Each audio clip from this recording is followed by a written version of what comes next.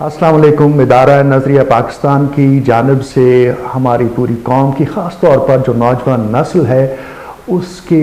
ذہنی آبیاری کے لیے تسلسل کے ساتھ ایسی کتب کا، ایسے کتابچوں کا اور ایسے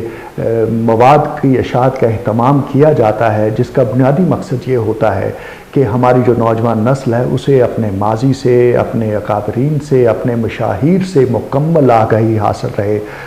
اسی حوالے سے مختلف شعبوں سے تعلق رکھنے والے جو نامور لوگ ہیں، جنہوں نے پاکستان بنتے دیکھا، جنہوں نے پاکستان کے ساتھ اپنی ترقیاں دیکھیں، اپنے معاملات دیکھے، ان لوگوں کو انگیج کیا جاتا ہے کہ وہ ادارہ نظریہ پاکستان کے ساتھ مل کر اس قسم کے تمام واقعات کو، اپنے خیالات کو، اپنی دانش کو احاطہ تحریر میں لاتے رہیں۔ تو بحریہ کے ریٹائرڈ کموڈور طارق مجید صاحب کی ایک ایسی ہی کتاب تخلیق پاکستان پر مہر ربانی کی چھاپ اس عنوان سے تحریر ہوئی ہے، جسے ادارہ نظریہ پاکستان نے شائع کیا ہے، اور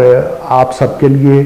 عام طور پر، جبکہ نوجوانوں کے لیے خاص طور پر یہ کتاب پڑھنے کے لائق ہے۔ ادارہ نظریہ پاکستان کی یہ کوشش ہوتی ہے کہ وہ اس قسم کے مواد کو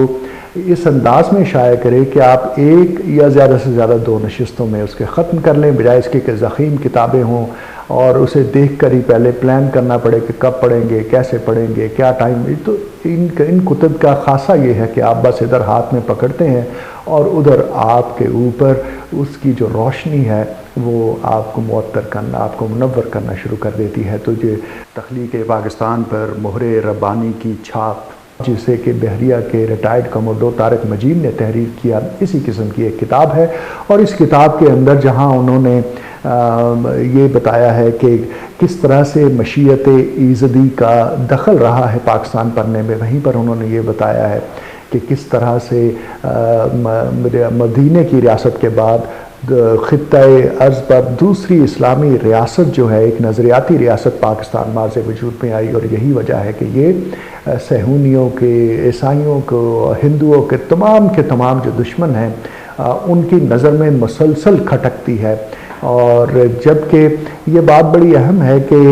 حضرت علامہ اقبال سے جو محبت، حضرت علامہ اقبال کے علاوہ حضرت قائد اعظم رحمۃ اللہ علیہ کی جو قائدانہ اور ولولہ انگیز قیادت تھی، اس کے حوالے سے بہت کچھ پڑھنے کو اور نئی باتیں سننے کو، دیکھنے کو اور پڑھنے کو آپ کو اس کتاب کے اندر ملیں گی۔ اور یہ بھی پتہ چلتا ہے کہ حضرت قائد اعظم کو جو قائد اعظم کا خطاب ملا تھا وہ کہاں ملا تھا، کس نے دیا تھا۔ اس کے علاوہ جو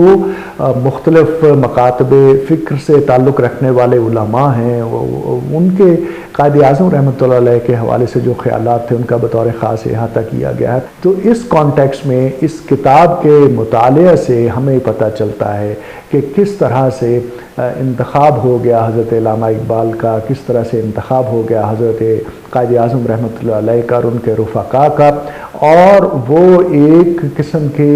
بڑے اعلیٰ و عرفہ مشن پر فائز ہو گئے۔ حالانکہ حضرت قائد اعظم، جن کی عمر انگلستان میں گزری، جنہوں نے واپس آ کر کانگریس کو جوائن کیا تھا، جو ہندو مسلم اتحاد کے داعی تھے، لیکن پھر وقت کے ساتھ جب ان پر ہندوؤں کی شاطرانہ چالیں آشکار ہوتی گئیں، اور اس کے ساتھ ساتھ لارڈ ماؤنٹ بیٹن جس طرح سے نہرو کے ساتھ مل کر ان سازشوں کا حصہ بن گیا اور پاکستان کے بننے میں اس نے رکاوٹیں کھڑی کرنا شروع کر دیں، اس کتاب میں لارڈ ماؤنٹ بیٹن کے حوالے سے خصوصی طور پر بہت کچھ پڑھنے کو موجود ہے۔ تو آپ کو وقت ملے تو یقینی طور پر تخلیق پاکستان پر مہر ربانی کی چھاپ، جسے ادارہ نظریہ پاکستان نے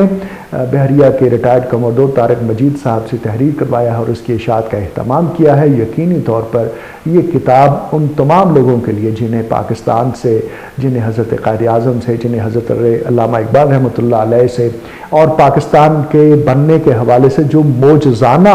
معاملات ہوتے رہے ہیں، اس حوالے سے جن کو یقین ہے کہ ایسا ہی ہوا ہے، ان کے لیے خاصے کی چیز ہے۔ آپ سب کا شکریہ۔